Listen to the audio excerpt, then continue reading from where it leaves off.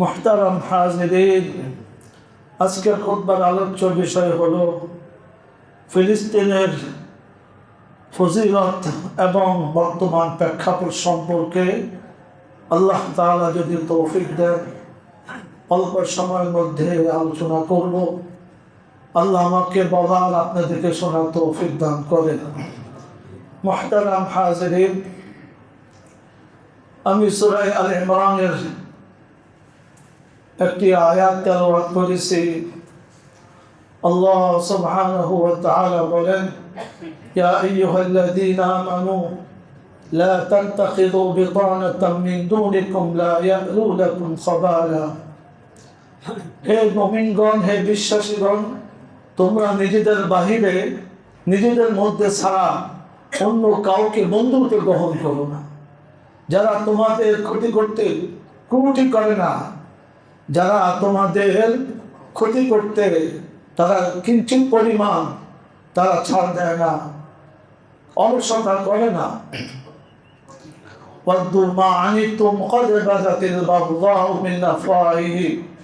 তারা তোমাদের ক্ষতি চায়, তারা এবং তারা অন্তরে তোমাদের ক্ষতির ব্যাপারে যে চক্রান্ত তারা গোপন করে রেখে দিয়েছে তার আরো জঘন্য। তো মুহতারাম হাজিরিন, এই আয়াত থেকে আল্লাহ সুবহানাহু ওয়া তাআলা মুসলমানদেরকে দিক নির্দেশনা দিচ্ছেন যে মুসলমান কাদেরকে আন্তরিকভাবে সে বন্ধুরূপে গ্রহণ করবে আর কাদেরকে করবে না। আর রাসূলুল্লাহ সাল্লাল্লাহু আলাইহি ওয়াসাল্লামের অসংখ্য হাদিস থেকে এক হাদিস আমি আপনাদের সামনে পড়েছি। হযরত নুমান ইবনে বাশীর রাদিয়াল্লাহু তাআলা আনহু বলেন যে রাসূলুল্লাহ সাল্লাল্লাহু আলাইহি ওয়াসাল্লাম উদাহরণ দিয়েছেন, এক্সাম্পল পেশ করেছেন, মাসালুল মুমিনিনা ফি তাওয়াদ্দিহিম। মুমিনদের উদাহরণ, এক্সাম্পল হলো যে মুমিন আপোষের মধ্যে দয়া মায়া মমতার, মুমিনদের পরস্পরে আপোষে দয়া আর মমতার উদাহরণ হলো যদি কোনো মুমিন অসুস্থ হয়ে পড়ে, কোনো মুমিনের যদি কোনো শরীরের একটা অঙ্গ যেরকম অসুস্থ হয়ে পড়লে তার পুরা শরীর এটাকে অনুভব করে, তার পুরা শরীরের অনুভূতি আসে, ঠিক তদ্রূপভাবে মুসলমানদের মধ্যে থেকে পৃথিবীর যে কোনো জায়গায় যে কোনো স্থানে কোনো মুসলমান যদি ক্ষতিগ্রস্ত হয়, ক্ষতির সম্মুখীন হয়, বিপদে পড়ে, মুসিবতে পড়ে, তাহলে সমস্ত সারা দুনিয়ার সমস্ত মুসলমান ঠিক তদ্রূপভাবে তারা তাদের ব্যথায় ব্যথিত হবে, তাদের কষ্টে তারা দুঃখ প্রকাশ করবে, তাদের মুসিবত থেকে তাদেরকে উদ্ধার করার জন্য তারা চেষ্টা করবে। আমার শরীরে যদি একটা অঙ্গ, যদি একটা হাত হোক, মাথা হোক, চোখ হোক, যে কোনো অঙ্গে যেরকমভাবে যদি অসুস্থ হয়ে যায়, পুরো শরীরের সমস্ত অঙ্গ প্রত্যঙ্গ এই ব্যথায় ব্যথিত হয় এবং জ্বরে আক্রান্ত অনুভব করে, ঠিক আমাদেরকে সারা দুনিয়ার যত মুসলমান আছে পৃথিবীর যে কোনো জায়গায় যে কোনো স্থানে যদি তারা কোনো ধরনের আক্রান্ত হয়, কাফেরদের পক্ষ থেকে, ইহুদিদের পক্ষ থেকে কোনো হামলার শিকার হয়, আমাদেরকে ঠিক ততভাবে দিনের মধ্যে এই অনুভব নিয়ে আসা, তাদের কষ্টের যে কষ্ট কত বড় জিনিস এটা আমাদের দিনের মধ্যে অনুভব করা, এই অনুভূতি নিয়ে আসা, এটা হল একজন মুমিনের দৃষ্টান্ত। তার দিনের মধ্যে মায়া মমতা, পরস্পর সহানুভূতি, সহযোগিতা, এটাই থাকা উচিত মুসলমানদের মধ্যে। এই হাদিস থেকে আমরা এটাও বুঝতে পারলাম যে মুহতারাম হাজিরিন, আল্লাহ রাসূল আমাদেরকে সে বার্তা দিয়েছেন যে তুমি বাংলাদেশের মুসলমান যেখানে যে জায়গায় যে প্রান্তে থাকো না কেন, যদি পৃথিবীর অন্য জায়গায় অন্য দেশে কোনো মুসলমান যদি কুফার থেকে, ইহুদি থেকে, অমুসলিম থেকে তাদের হামলা শিকার হয়, তাদের ক্ষতি শিকার হয়, তাদের ষড়যন্ত্রের শিকার হয়, তাহলে তুমি বসে থাকবে না। যে কোনো উপায়, যে কোনোভাবে তুমি তোমার সহযোগীদের হাত বাড়িয়ে দেবে, সহমর্মিতা প্রকাশ করবে, তুমি হামদর্দি তুমি প্রকাশ করবে, এবং সে কষ্টকে তুমি অনুভব করবে। মুসলমান নারীর ইজ্জত নিন্দিত হইতেছে, শিশু বাচ্চারা মারা যাচ্ছে, আর এটাকে তোমার বাচ্চা যদি আজকে মারা যাইতো, যে কষ্ট তুমি অনুভব করতে, ওরকম কষ্ট তুমি দিনের মধ্যে অনুভব করো। তোমার মা বোন যদি ইজ্জত নষ্ট হতো, তুমি যেরকম কষ্ট অনুভব করতে, ঠিক ততভাবে পৃথিবীর যে কোনো জায়গায় কোনো মুসলমানদের তার ইজ্জত নষ্ট হয়, কোনো মুসলমান মা বোনের, ঠিক ওরকম ওই অনুভব নিয়ে তুমি তোমার দিনের মধ্যে সেই কষ্টকে তুমি অনুভব করো। চুপ করে বসে থাকবে না, যে কোনো উপায় তুমি এটাকে তুমি প্রকাশ করবে। এরপর রাসূল সাল্লাল্লাহু আলাইহি ওয়াসাল্লাম আরেক হাদিসের মধ্যে বলছেন, আল মুসলিম আখুল মুসলিম লা ইয়াযলিমুহু ওয়া লা ইউসাল্লিমুহু ওয়া লা ইউযলিমুহু ইলা মান ইয়াযলিমুহু।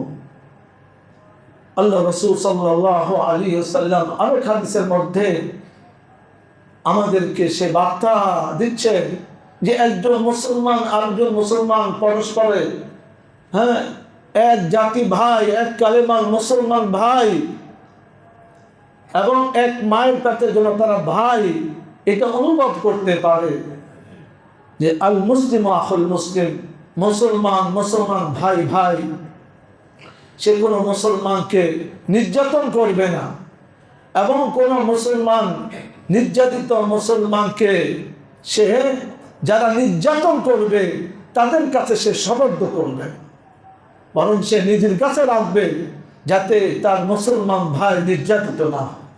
আর যদি আমার কোনো আমার নিজের মায়ের পেটের ভাই যদি কোনো ব্যক্তির দ্বারা নির্যাতিত হয়, তো আমি কি তাকে কি বলবো যে তুমি আমার বাসায় থাকো, আমার এলাকায় থাকো, ওখানে তোমার যাওয়ার দরকার নেই, সেখানে গেলে তুমি নির্যাতিত হবে, নিপীড়িত হবে। তো ঠিক তদ্রূপভাবে একজন মুসলমান কতটুকু একে অপরের প্রতি আন্তরিকতা রাখা দরকার, আল্লাহ রাসূল সেটা আমাদেরকে জানিয়ে দিলেন। যদি এতটুকু আন্তরিকতা আমাদের না থাকে, তাহলে আমার ইমানের ব্যাপারে, ইমানের দুর্বলতার ব্যাপারে, ইমান যে দুর্বল এটা প্রকাশ পাবে মুহতারাম হাজির। এই জন্য মুহতারাম হাজিরিন, আল্লাহ সুবহানাহু ওয়া তাআলা সূরা বনী ইসরাঈলের মধ্যে বলছেন, সুবহানাল্লাযী ইয়াসরা বিআবদিহি লাইলাম মিনাল মাসজিদিল হারাম ইলাল মাসজিদিল আকসাল্লাযী বারাকনা হাওলাহু, যে মসজিদে আকসা এবং তার চতুর্পাশ আল্লাহ তাআলা, চতুর্পাশ পুরা ভূমিকে আল্লাহ তাআলা বরকত দ্বারা পরিপূর্ণ করে দিয়েছেন। এটা এই আয়াত দ্বারা প্রমাণিত। আল্লাযী বারাকনা হাওলাহু লিনুরিয়াহু মিন আয়াতিনা, যে রাসূলুল্লাহ সাল্লাল্লাহু আলাইহি ওয়াসাল্লামকে আল্লাহ পাকের বাইতুল মাকদেসের বরকতে পরিপূর্ণ ওই ভূমিকে রাসূলের পা মুবারক ফেলানোর জন্য এবং রাসূলকে বরকত দেখানোর জন্য, এই বরকতওয়ালা ভূমিকে দেখানোর জন্য রাসূলুল্লাহ সাল্লাল্লাহু আলাইহি ওয়াসাল্লামকে আল্লাহ পাক মসজিদে হারাম থেকে মসজিদে আকসায় সফর করেছে। তাহলে কোরআন দ্বারা প্রমাণিত আজকে সারা দুনিয়ার বিদুরদের এই মসজিদে আকসা, ফিলিস্তিনের এই পবিত্র ভূমির দিকে তাদের দৃষ্টি কেন? কারণ হলো এই ভূমিটা হলো অত্যন্ত বরকতওয়ালা, অত্যন্ত মোবারক এই ভূমি।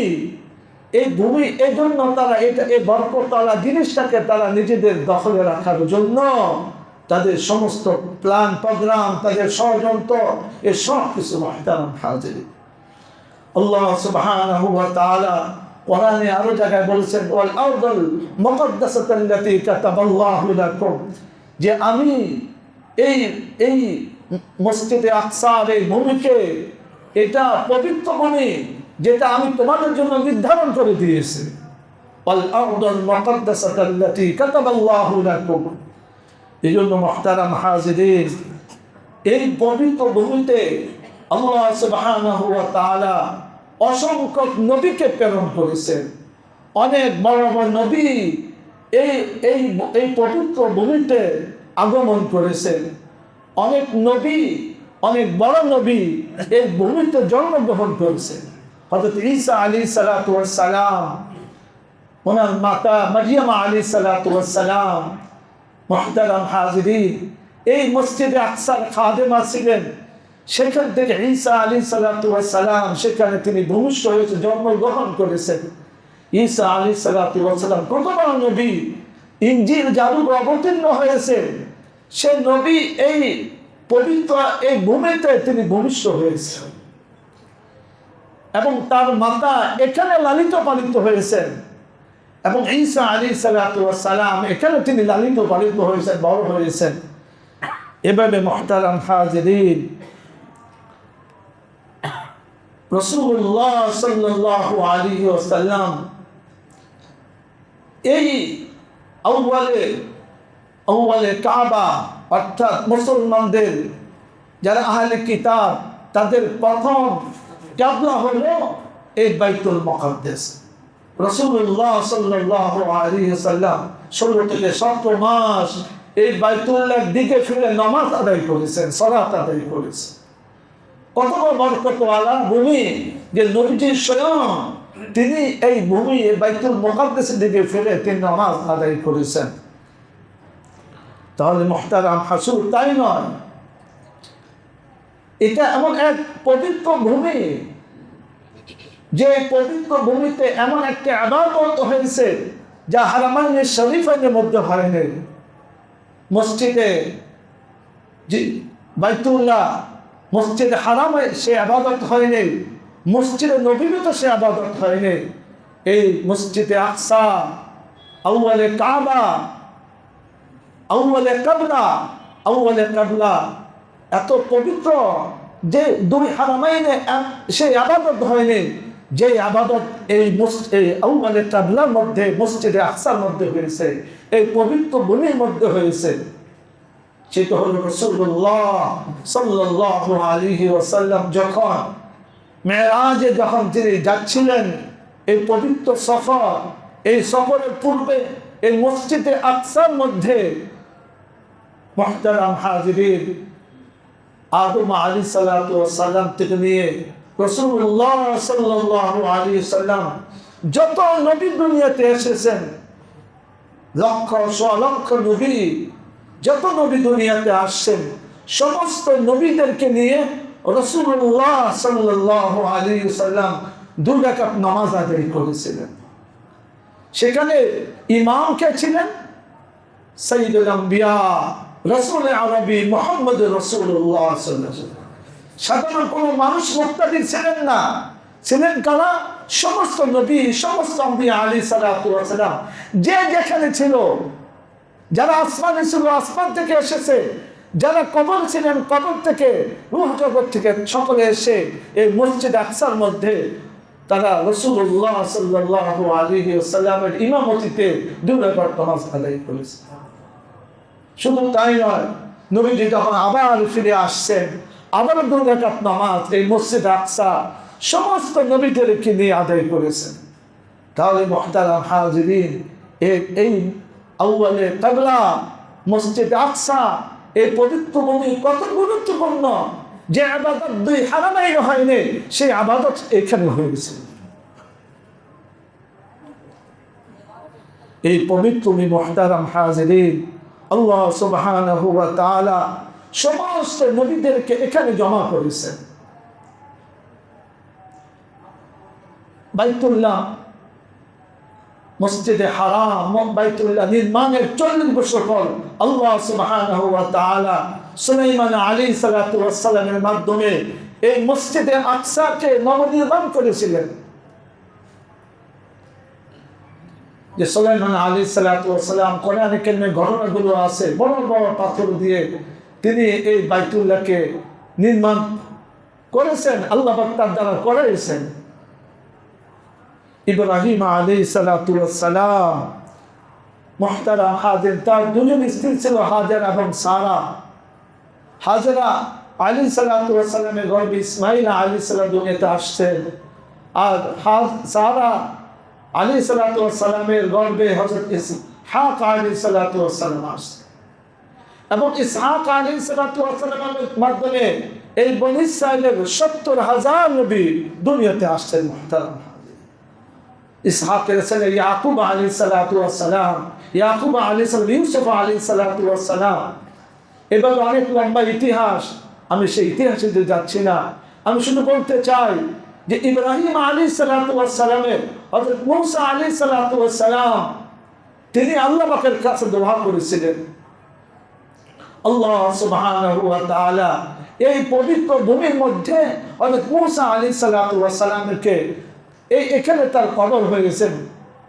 ইব্রাহিম আলাইহিস সালাতু ওয়াস সালামের কবর এখানে হয়ে গেছে। অনেক নবীদের কবর মুহতারাম হাজরিন এই মসজিদে আকসা বারাকনা হালাহু এই পবিত্র ভূমিতে হয়েছে। অর্থাৎ এই পবিত্র ভূমি অনেক নবীকে বুকে ধারণ করে আছে, অনেক নবীর স্মৃতি ধারণ করে আছে। মুহতারাম হাজরিন, এই জন্য আল্লাহ সুবহানাহু ওয়া তাআলা এই পবিত্র ভূমিকে বরকতওয়ালা ভূমি হিসাবে ঘোষণা করেছে।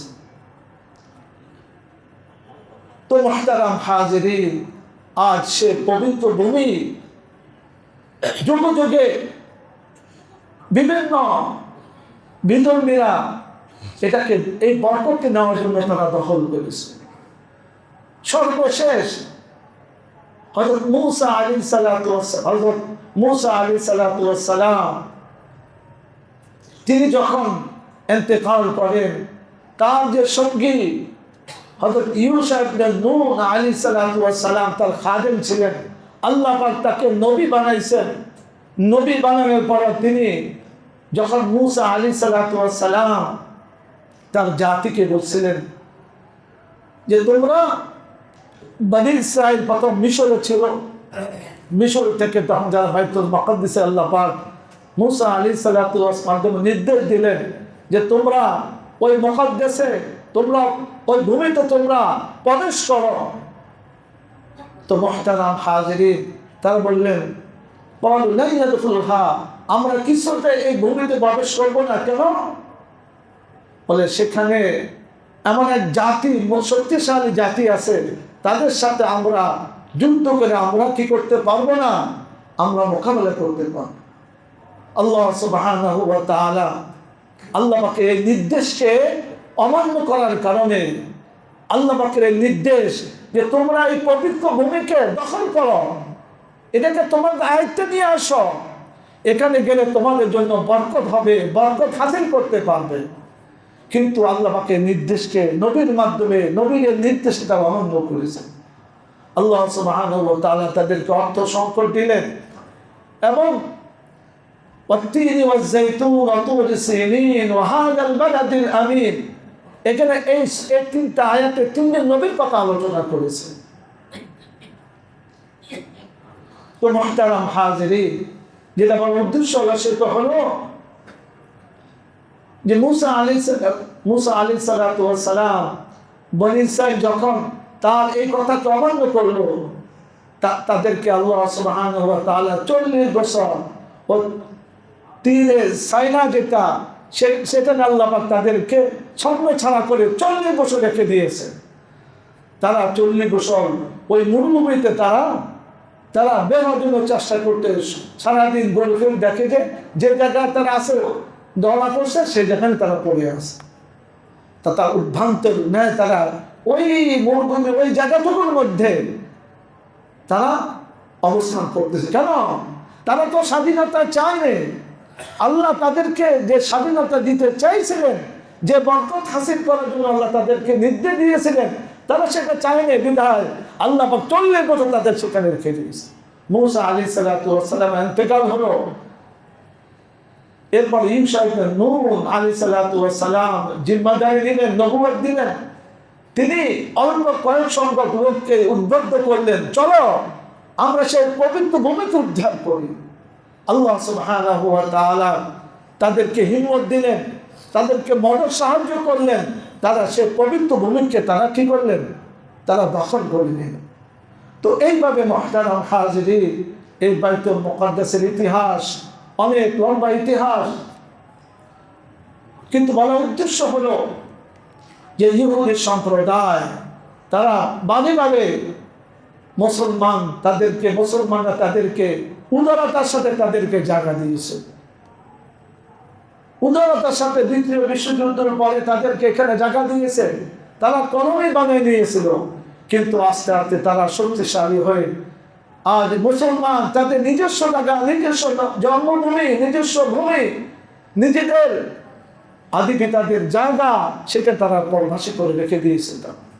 কারণ মুসলমান আল্লাহ পাক তাদেরকে যে অস্ত্র দিয়েছে জিহাদ আর দোয়া, সেখান থেকে তারা চলে পড়ছে, যার জন্য এই পবিত্র ভূমি তাদের হাতছাড়া হয়ে গেছে। আমরা আল্লাহ সুবহানাহু ওয়া তাআলা কোরআনে কারীমে ইহুদি সম্প্রদায় তাদের স্বভাবজাত, তাদের খারাপ বৈশিষ্ট্যগুলো কোরআনে কারীমে ভিন্নভাবে আলোচনা করেছেন। তা ইহুদি জাতের তাদের স্বভাব হলো সত্যকে গ্রহণ করা, যেটা আলোচনা আল্লাহ পাক কোরআনে কারীমে করেছেন।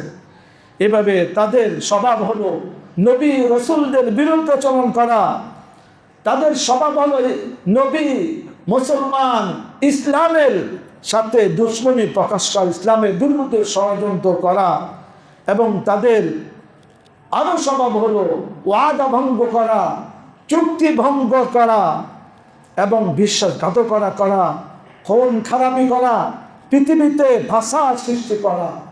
এই হলো ইহুদিদের স্বভাব জাত মুহতারাম হাজিরিন। এই জন্য আল্লাহ সুবহানাহু ওয়া তাআলা যুগে যুগে নবী, মুসলমান সবসময় তাদের চক্রান্ত দ্বারা, তাদের বিরোধাচরণ দ্বারা মুসলমানরা আক্রান্ত হয়েছিল। এই জন্য আল্লাহ পাক আমাদেরকে সূরা ফাতিহার মধ্যে শিক্ষা দিয়েছেন। আমরা সকলে সূরা ফাতিহা পড়ি কিনা? প্রত্যেক নামাজে, প্রত্যেক রাকাতে ইহদিনাস সিরাতাল মুস্তাকিম সিরাতাল লাযীনা আন'আমতা আলাইহিম গায়রিল মাগদুবি আলাইহিম ওয়ালাদ-দাল্লিন। আমরা কি বলি? হে আল্লাহ, ইহদিনাস সিরাতাল মুস্তাকিম, আপনি আমাদেরকে সঠিক পথ, সোজা পথ প্রদর্শন করুন। সিরাতাল লাযীনা আন'আমতা আলাইহিম, যাদের প্রতি আপনি যুগে যুগে সবসময় অনুগ্রহ দয়া করেছেন, তাদের পথ। গায়রিল মাগদুবি আলাইহিম ওয়ালাদ-দাল্লিন, তাদের পথ নয়, ওদের পথ নয়, যাদের উপর আপনি ক্রোধ নাযিল করেছেন, যারা আপনার ক্রোধে নিপতিত হয়েছে, ওয়ালাদ-দাল্লিন, এবং যারা পথভ্রষ্ট হয়েছে, পথ হারা হয়েছে, তাদের পথ নয়। একটা হলো যারা গায়রিল মাগদুবি, যাদের উপরে আপনার ক্রোধ নাযিল হয়েছে, যারা আপনার ক্রোধে নিপতিত হয়েছে। এই মাগদুবের দ্বারা ইহুদি সম্প্রদায় তাদের স্বভাব খারাপ, স্বভাব জাতের কারণে তা আল্লাহ পাকের তারা ঘৃণিত হয়েছে, অভিশপ্ত হয়েছে। এই জন্য সূরা ফাতিহা বারবার আমরা দোয়া করি আল্লাহ পাকের কাছে, এবং তাদের অনিষ্ট থেকে আল্লাহ আমাদেরকে এই সূরা ফাতিহা শেষ আয়াত দ্বারা আমাদেরকে পানা চাও, ইহুদি সম্প্রদায় অনিষ্ট থেকে পানা চাও। এভাবে মুহতারাম হাজিরিন, ইহুদি সম্প্রদায় শুধু মুসলমানদের সাথে দৃষ্টতা প্রদর্শন করেনি, বরং আল্লাহ সুবহানাহু ওয়া তাআলার শানে তারা দৃষ্টতা প্রদর্শন করেছেন। সূরা আলে ইমরান 128 নম্বর আয়াতের মধ্যে তারা আল্লাহর শানে কতবার গুস্তাখি করেছিল। লাকাদ সামিআল্লাহু কাওলাল্লাযীনা ক্বালু লাকাদ সামিআল্লাহু কাওলাল্লাযীনা কাফারু ক্বালু ইন্নাল্লাহা ফাকিরুন ওয়া নাহনু আগনিয়া। যখন যাকাতের ব্যাপারে আয়াত নাযিল হলো, তখন এই ইহুদি সম্প্রদায় আল্লাহর শানে তারা গুস্তাখি করতেছেন। কি বলতো? ইন্নাল্লাহা ফাকিরুন ওয়া নাহনু আগনিয়া, যে আল্লাহ হলো ফকির, আমরা হলাম কি? ধনী।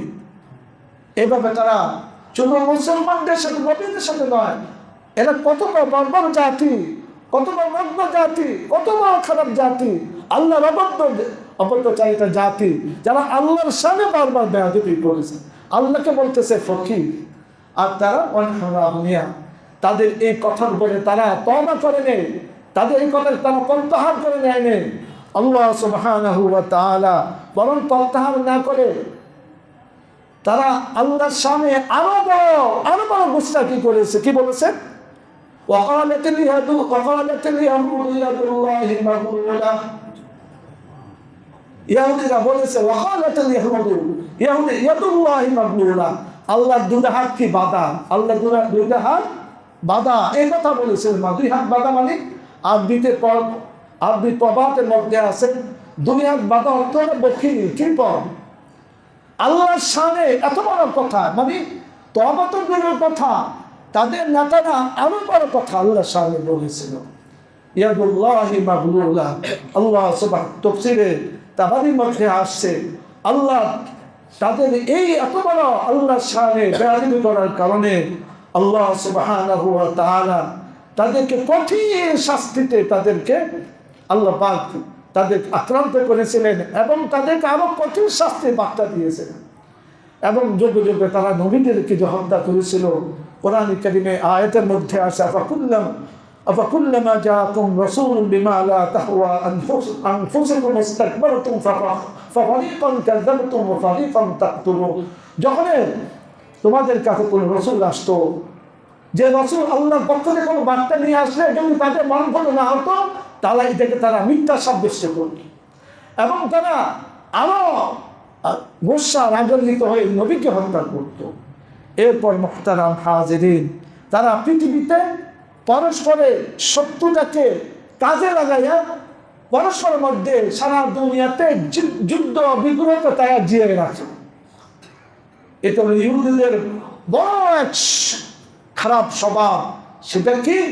যে তারা পরস্পরের মধ্যে দেশের মধ্যে বিভিন্ন জাতির মধ্যে যে শত্রুতা আছে, এই শত্রুতাকে তারা কাজে লাগাইয়া পৃথিবীর বিভিন্ন জায়গায় যুদ্ধকে তারা জিয়ে রাখে। এই জন্য আল্লাহ তাআলা আরেক আয়াতের মধ্যে বলছেন, সেটা হলো কুল্লামা আওকাদু নারান লিল হারবি আতফাহাল্লাহু ওয়া ইয়াসআউনা ফিল আরদি ফাসাদা।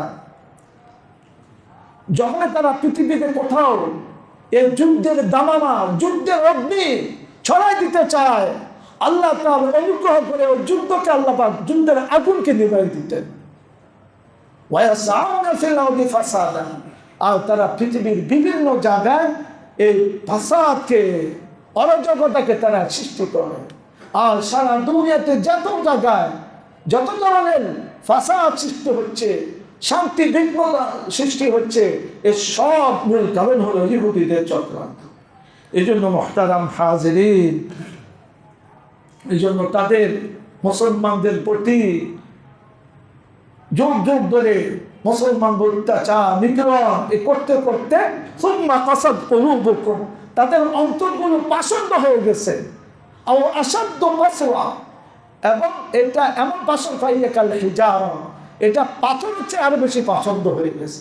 আজ ফিলিস্তিনের মধ্যে যে তাদের একজন শত্রু, যত বড় শত্রু হোক না কেন, এই নারী ছোট বাচ্চাকে যেভাবে নির্মমভাবে হত্যা করা হচ্ছে বর্বরতার সাথে, এটা তো সাধারণ যে শত্রু বাচ্চাকে করতে কখন হয়, এবং এটা মানবতা বিরোধী এবং যুদ্ধের যে নিয়ম কানুন সেটাও বিরোধী। মুহতারাম হাজিরিন, কিন্তু কারণ তারা মুসলমানদের প্রতি যুগ ধরে নির্যাতন করতে করতে তাদের এমন শক্ত হয়ে গেছে যে ছোট বাচ্চাদের প্রতি যারা নির্মমভাবে তারা যে হত্যাকাণ্ড চালাচ্ছে, এর জন্য তাদের দিন নরম হচ্ছে। কারণ আল্লাহ তাআলা কোরআনে কারিমে বলে দিয়েছেন তাদের দিল পাথর চেয়ে শক্ত হয়ে গেছে। এই জন্য আমাদের কি কাজ, আমাদের কি করণীয়? আমরা তো সেখানে আমাদের সে অস্ত্র নাই যে আমরা আমাদের মুসলিম মজদুর নির্যাতন নিপীড়িত মুসলমানদের বাড়িতে অস্ত্র পৌঁছাই দেব। আমাদের সেরকম অর্থ করল না যে আমরা সে পৌঁছাইতে পারবো, অথবা আমরা সেই পথও ছিলি না যে পথে তাদের কাছে যেতে পারবো। কিন্তু আমরা এতটুকু